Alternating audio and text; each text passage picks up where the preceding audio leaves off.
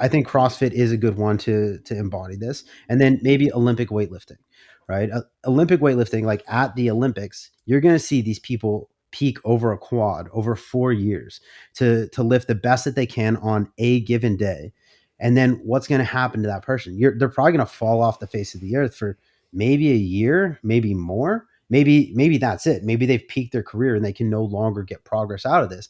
But you cannot take, it's not necessarily the same as running a marathon. Well, I guess it kind of is, but like if we're talking like the best marathon runner ever, I'm not going to say it right, the 2 hour marathon, who was the first? Elliot Kipchoge. Kipchoge. Kipchoge, yeah. Okay. Yeah. Because I mean, I've read the book about him, and it's incredible. It's fucking sick. But you're not going to run a 159 marathon, and then you're not going to run a 158 marathon 2 months later, and then 157 2 months later. Like it doesn't work in that linear way. There is the diminishing returns. Like we're going to get that decreased interest rate over time, and the reason for that is because you can only peak so high with the foundation that you've built before you have to go back and you have to start and you have to broaden that foundation so that you can build that peak up higher and higher time over time. And that's like if we're talking weightlifting at the Olympics, like there are adaptations. There's general adaptations that we're going to need, and then they become more specific as we start to build, or as we have that base and we start to build towards that peak. That we're only going to build off the progress we've had until that point. And then once we build that peak higher than we've ever built it before, then we know we have kind of we have a mark in the sand of this is how far we can go. Now we need to go back. And the way that I like to look at this when I'm coaching, when I'm training people, when I'm training myself, is that there's markers along the way that are going to give you information on how you've progressed that base of the pyramid, and that will give you information on how high you can peak again. Like things that I'll use specific to Olympic weightlifting is I'll use like very early on the weight of the dumbbell I could do a set of 20 walking lunges with.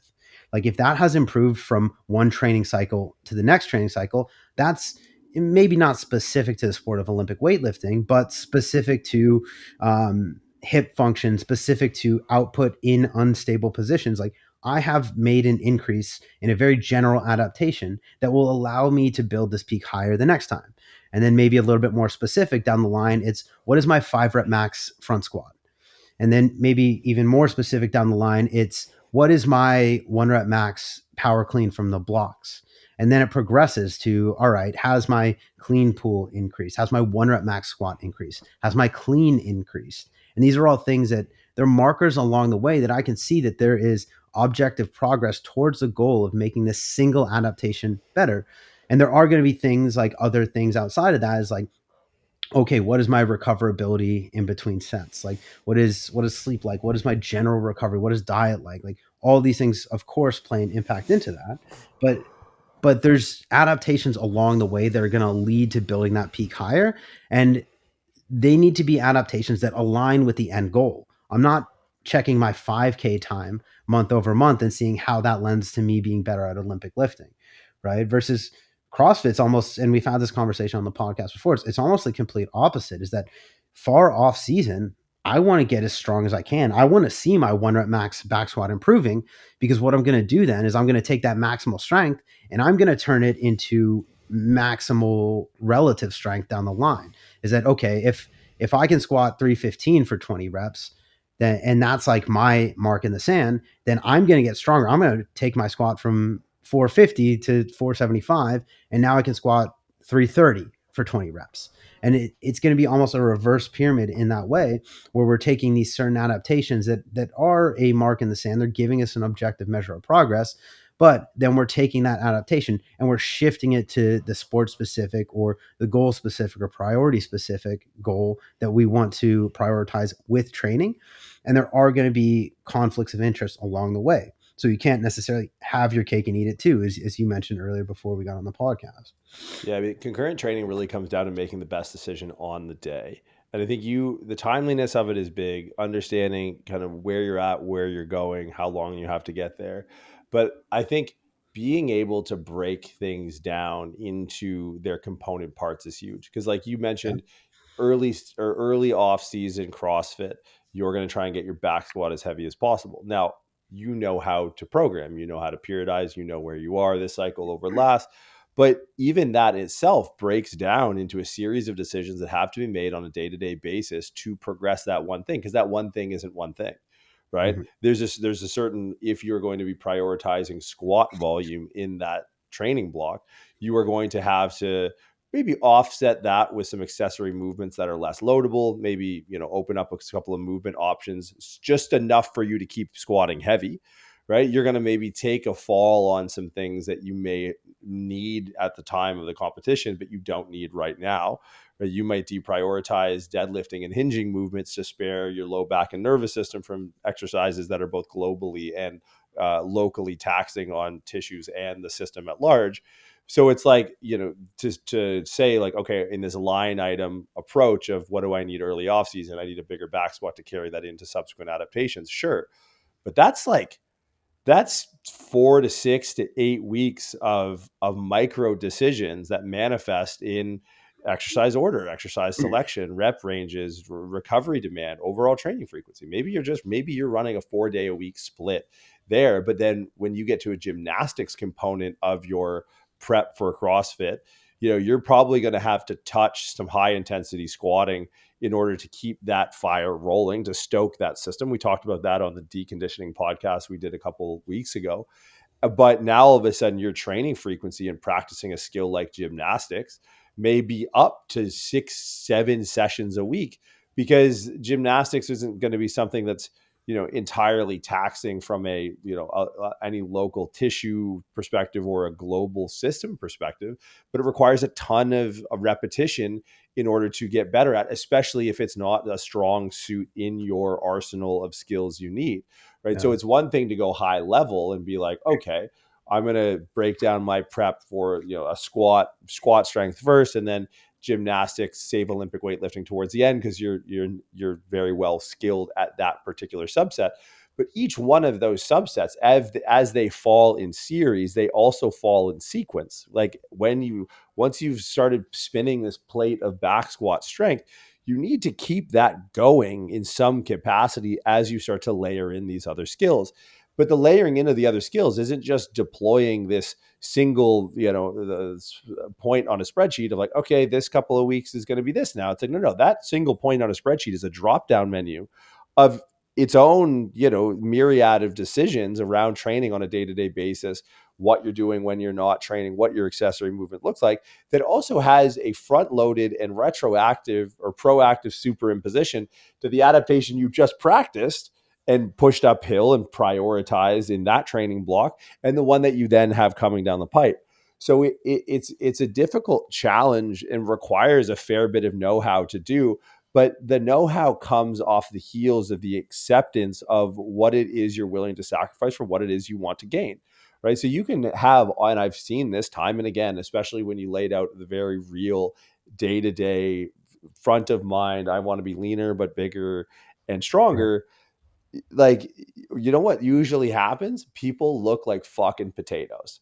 That's what usually happens. Because like, look, and I've done this from a coaching perspective, and I promise I will never do it again. It's just a waste of my time. Like if someone is not committed, and I know how to have the conversation now. It's like, that shirt you're wearing, are you okay with your sleeves not being as tight as they are now? Because you're gonna look the exact same, if not worse, if the answer to that is, well, I don't know, man. If you're not okay with at a certain point walking around like you're wearing your big brother's clothes, then you're never gonna get lean. Yeah. It's like, and I know that at a certain point in my life, that was true of like, I started putting on my extra large shirts at one point when I was a fair bit smaller, and going like, oh, these are not as snug as they used to be. And I Something just right started there. eating again. Right. And I was just like, all right, I'm going to start eating again. And now like the shirts just filled up with fatness. And I was like, well, I feel better when I have my shirt on. I'll Yeah. go into a public pool with my shirt on because I'm a fat piece of shit. But like, so it's like, are you like, there's a real conversation to have about how committed are you? Because it's not that is the hardest part. Like, it is not complicated, but it is complex. And it blows my mind how people do not understand the difference between those two things. It takes management.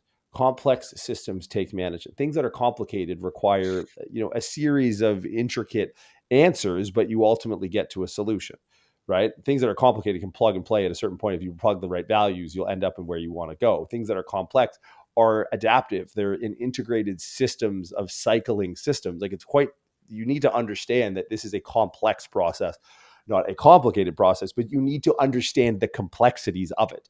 And they're not what they seem when people get into these endeavors.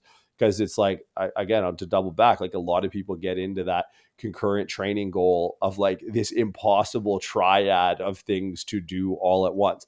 Like, usually when most people are like, hey, I want to be like bigger, but leaner and stronger. It's like, all right, you need to lose about 25 pounds of that's what you need first.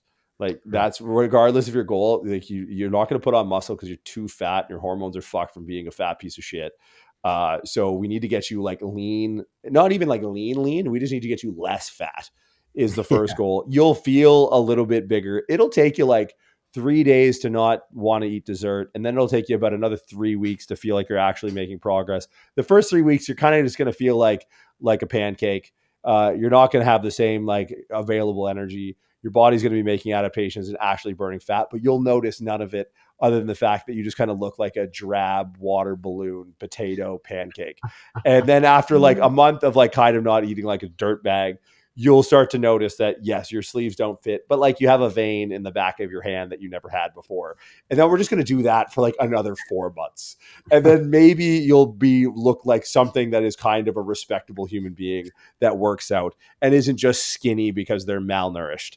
Like, that's like kind of the process that people Yeah. need to go through. But it's like, until I went through it enough with myself and with other people, I couldn't explain that those were going to be the barriers. Yeah. Like, day 3, yo, where are we at? Dog, Uber Eats got me again. Like, 3 days, dog, 3 days, 3 days. We're talking 3 days. You could stay disciplined for 3 days. So I tell people now, look, give me 3 days and don't be. And once we get to a week, you're going to be cooking. Except after the next week, you're going to be hitting me up being like, hey, why aren't I in shape yet? This is 2 times the amount of the 3 days you promised me of not eating dessert. It's like, now then comes the next hard part Yeah. where you're going to look like shit and not have a ton of energy because you're used to eating in a surplus and we're eating like what a human should. So it's being able to have those conversations about the complexities of it. So many people love getting their rocks off and like in being complicated. Mhm. Well, the thermogenic and the non-exercise, and it's like, my guy, if you don't have the 3 day conversation, that you're going to look like shit for a month conversation, you're not going to see any progress. But the scale's good. If you don't have those conversations, you are thinking the human body is a complicated system rather than a complex system. And Yeah. I've done it.